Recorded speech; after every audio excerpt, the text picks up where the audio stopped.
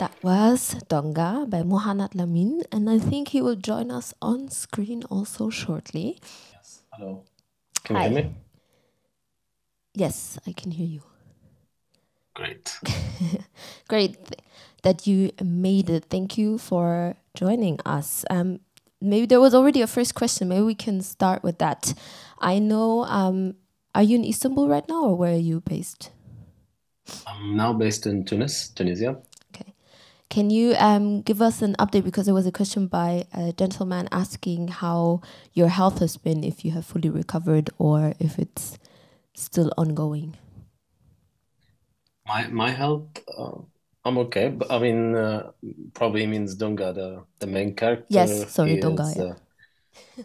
He's been doing quite well, considering over the past year. So when we were premiering in ITFA, actually, we were really planning to get him to be there in the premiere, but he managed to get a chance to work on the last procedures to remove shrapnels from his eyes. Those were the most complicated, as anyone could imagine. Anything that has to do with the eyes was the most complicated sort of parts of the treatment. Aside from that, everything sort of, yeah, he's been doing well. He got married a couple of weeks ago, so yeah. You just said that you wanted him to be part of the premiere at ITFA, but he couldn't come, right?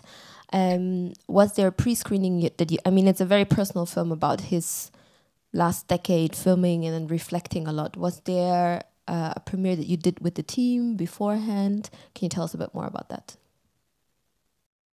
So we did. I had a smaller, just the two of us with Ali, his the best friend in the film, which he was very, of course, emotional. He was really happy. With Dunga, we couldn't manage to do it together, so he watched it together with Ali as well, and it went. He was very happy. Dunga is sort of, it's interesting how he deals with this film. He's sort of like he's happy that it's out there and that there's sort of narrative on out of the material that he filmed, but he's not so much invested in the life of the film and what goes on and what, or even the process for that matter, because um, he is sort of always focused on moving forward and focusing on the next thing in his life. That is sort of how he likes to deal with life.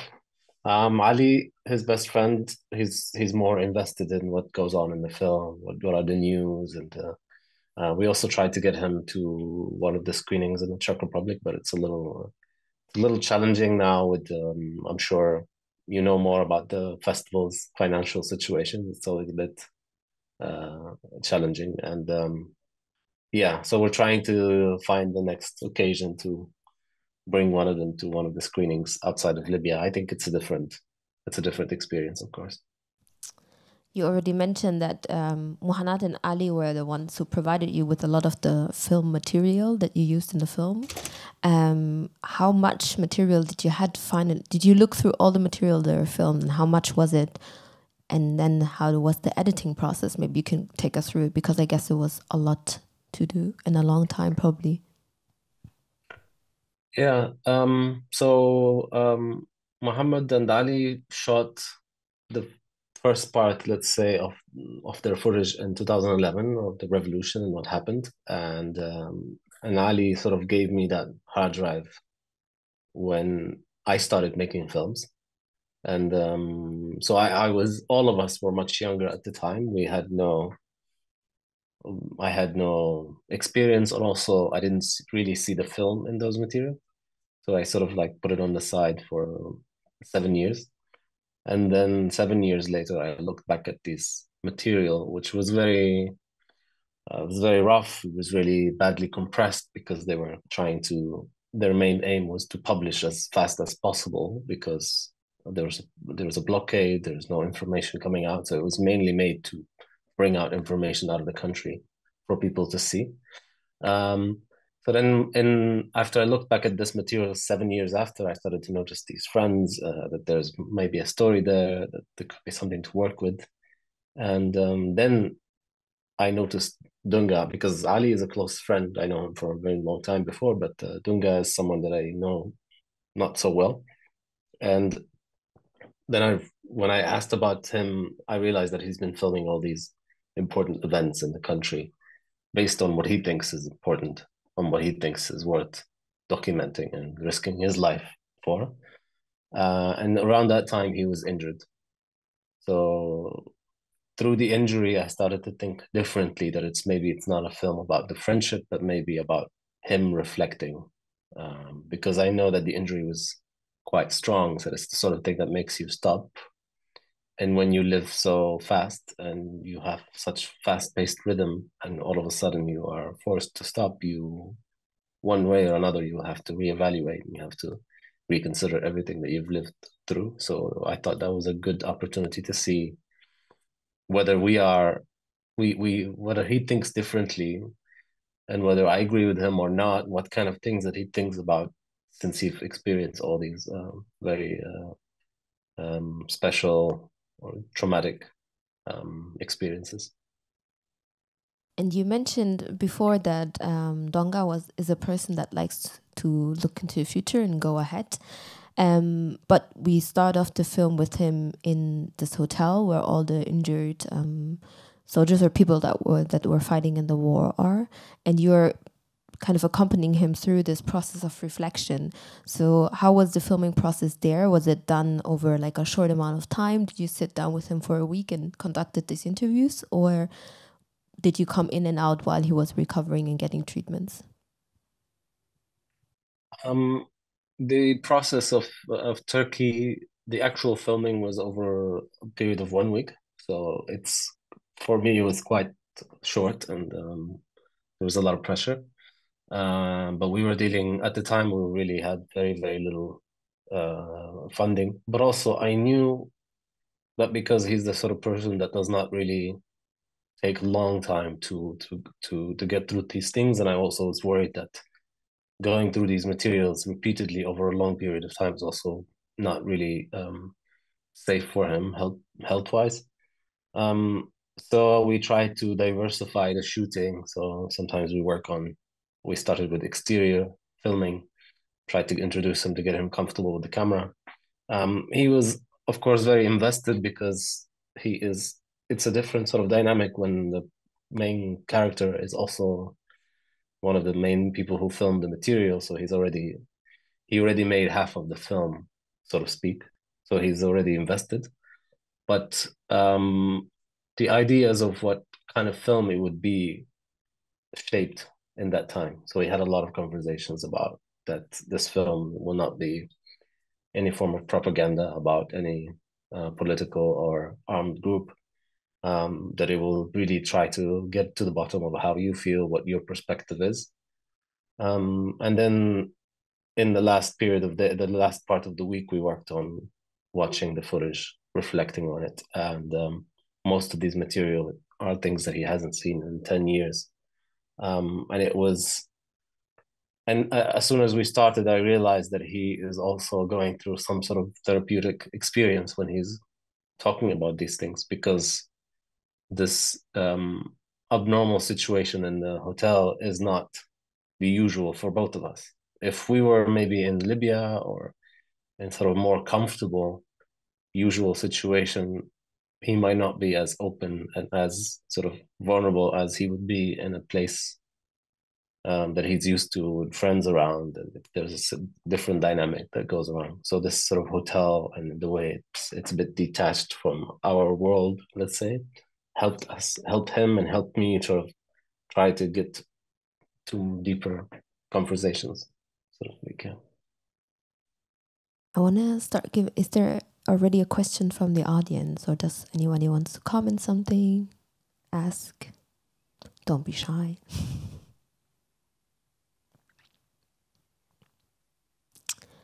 Okay, then I want to know how filming for you with Donga was in kind of reflecting for yourself on the last 10 years or the last 15 years in the history of Libya. Did this whole process change something? Because you sometimes said maybe you didn't always agree with what he said. How was it then working kind of your own opinions and that what you filmed and the interviews together into this film? Yeah, I mean, it's a great question because I've had a lot of time before meeting Dunga with the material. So I've made a lot of sequences. I did a lot of edits on different scenes. A lot of them are quite.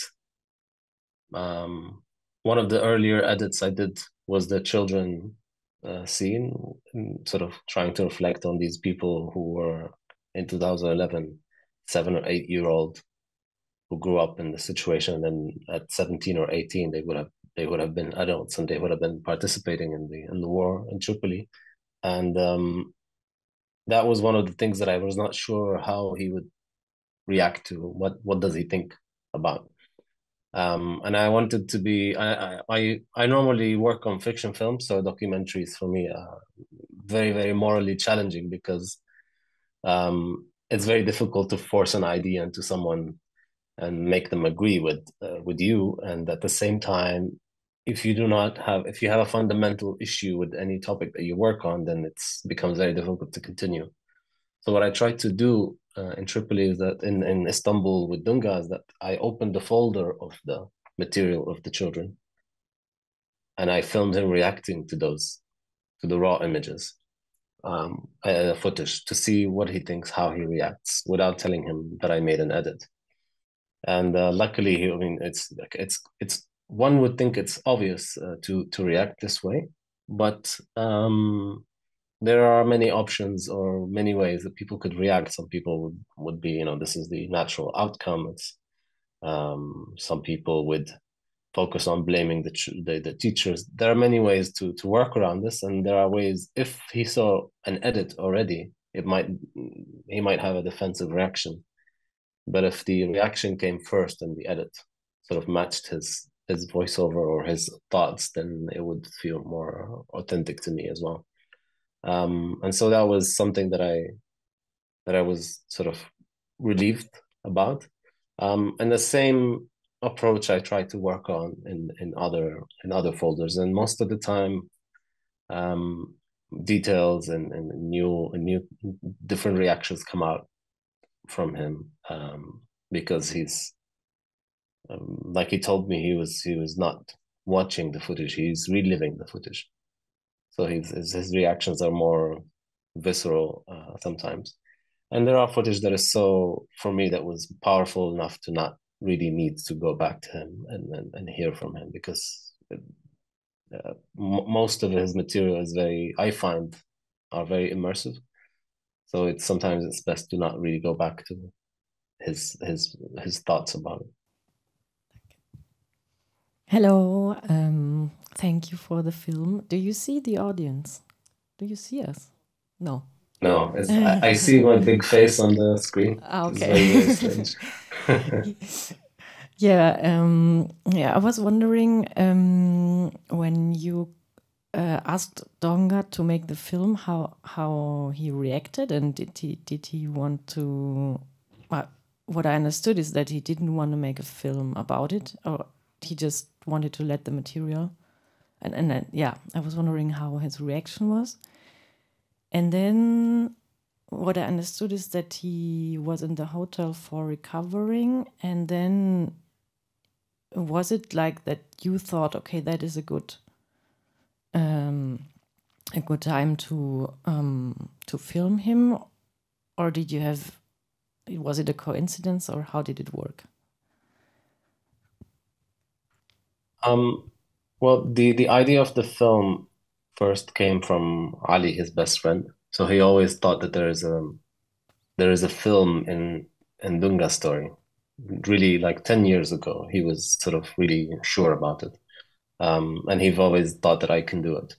Dunga was never against it. He knew, and he thought sometimes in the beginning he thought it would be a film about both of them. He was not sure that he could be the main character, but he was not really against it. So he was aware the whole time.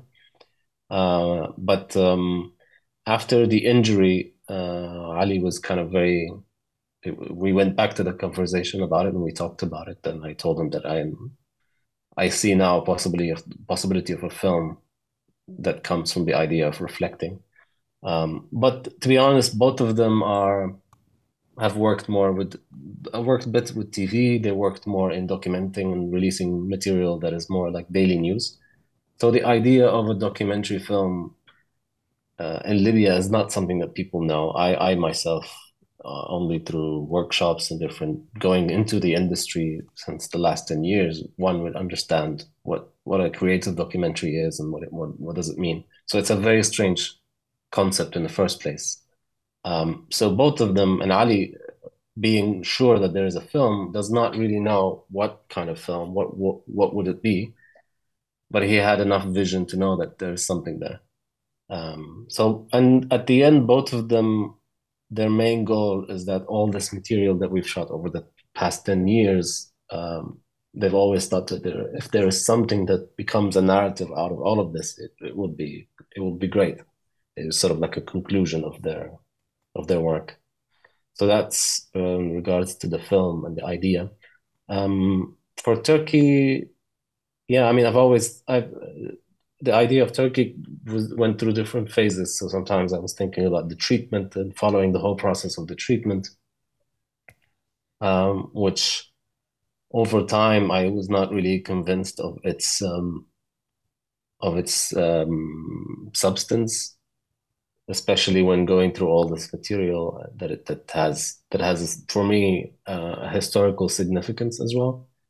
But at the same time, when we planned to go to Turkey, we did plan to try to document a bit of the treatment, and we've encountered this crazy challenge because there's a whole different issue of corruption with regards to the injured fighters in Libya and their treatment abroad.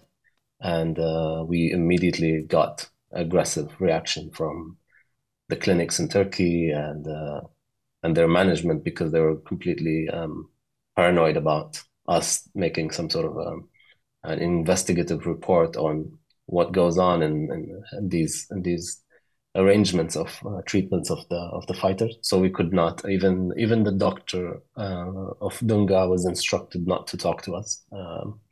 So instead of pushing with that, I chose not to push with that, because I wanted to still maintain the access to the hotel, access to DONGA, and try to get something instead of ruining all the sort of chances we have in Turkey. So basically, that was the conclusion of what we worked on in Turkey. Is there another question? Hello. How did you work on the off text? Was it like made by an interview, or did he or you script it and read it? Sorry, I didn't hear that properly. I don't know the English expression, maybe the off text. Yeah, like I think it's off. How did you work on the narration? You know, when you used the footage that Ali and DONGA shot, and the narration, if you did it through interview or it was like pre-written and then voiced over again. Yeah, it's a huge part of the film, for sure. And it also went through different ideas, but I normally personally always feel when there is a voiceover that is written, and I do not really I feel like it sort of takes out of the value of a film. Of course, it depends on the structure of the film and if it's intentional or if it's clear. But for this film and the way, after doing one interview with DONGA, I sort of like the rhythm in which he speaks normally when there is no preparation. I prepare, of course, my questions and specific references, but it was all based on interviews that I did there. So we did one interview shortly after he was injured, another interview in the room, not so much an interview structure, but his voiceover while we were in the room, talking about different moments and reacting to the footage that he's seeing. And then there was another interview, the structured interview that we filmed, but I decided not to show that space of the interview because it was something that I felt that takes us out of the, sorry, it takes us out of the world of the film, let's say. So at the end, these are all, let's say, 4 sessions that made, I don't know, 8 hours or something of voiceover that then we transcribed and we I worked on a sort of like a script. I actually in one of the programs that I went through with the Scottish Documentary Institute, I had one session with one mentor that early on that suggested that I do a radio edit, and that was the best advice I got on the film. And it took so long to work on this radio edit that I didn't have any other sessions with the mentor because I was just working on this radio edit. But that made a huge, difference in the film because it was a way to guide me into how the story would work. And this radio edit first was 4 hours, I think, and then 3 hours, and then 2, and then eventually it reached the 1 hour and a half that we have here. Throughout the film, through the different wars you go, the revolution, the war against ISIS, and then the civil war, what is mentioned over and over again by Dunga, but also by people that we see on the film, is that a lot of people become shaheed or martyr in English. Can you talk a little bit more for everyone who may not know what is the concept of shaheed and what does it mean in Arab society, or especially like in Libya, to become a shaheed? Yeah, that's a great point. Actually, in one of the edits, in one of the subtitles, I just translated it as someone dying, and a friend of mine pointed it out that, yeah, but it's actually an interesting part of the film to bring back and just to translate it literally. Well, the concept of shahada and shaheed is about, and it's something I think also in other cultures, the dying for a cause.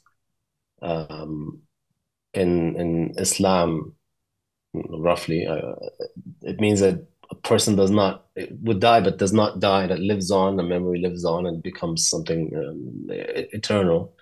And the reaction and the perception of somebody dying and somebody martyring is very, very different.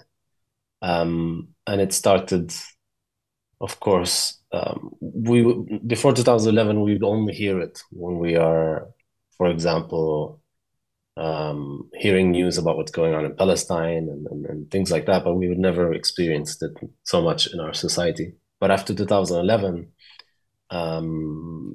this was reintroduced and we became part of the structure of the society. In the town where Dunga is from, there's many people that say his father is a shaheed or his uncle is a shaheed, so it becomes part of the structure of the society. It's a source of pride, of course, because they've been part of a just cause. But after 2011, when we started having more internal issues, the term was used, but different people perceive it differently, and it became overused, and it became a tool by different sort of people when they are trying to fund or encourage a certain conflict between people. And so we can see it in 2011.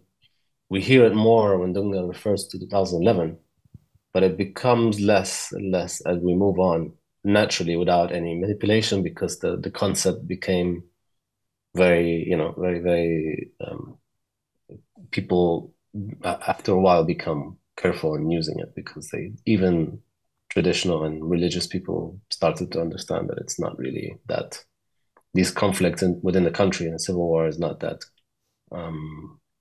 it's not that easy to define who's right and who's wrong. Last chance, maybe, to ask a question from the audience if anyone wants to still say something. Yeah. Yes. Thanks. I'll use that chance. Hello from me. First of all, thank you for this intense and just very intense film. And I wondered, you said before that it was important to you to keep out political views and positions. And I wondered what was your thinking behind that, and what did you want to? Why did you do it this way? Yeah, it's a great question. I mean, first, like personally, when I'm working in a film, I find it extremely sort of boring for a filmmaker to sort of enforce their political views in a film. It becomes it's a dangerous path to slip into propaganda. Unfortunately, there's a lot of films like that, and it's a bit tricky, and it sort of takes out the complexities of the reality from any story. So that's always it's always been in my head. It's a big challenge because there are, of course, moments where things are obvious. You know, when somebody's fighting ISIS or terrorists, it becomes very, very clear. Of course, there's no room for different point of views, but there is complexities of the reality of the fight itself. For example, people find the same supplies, the source of the supply is the same for both of them. The reality is complex regardless.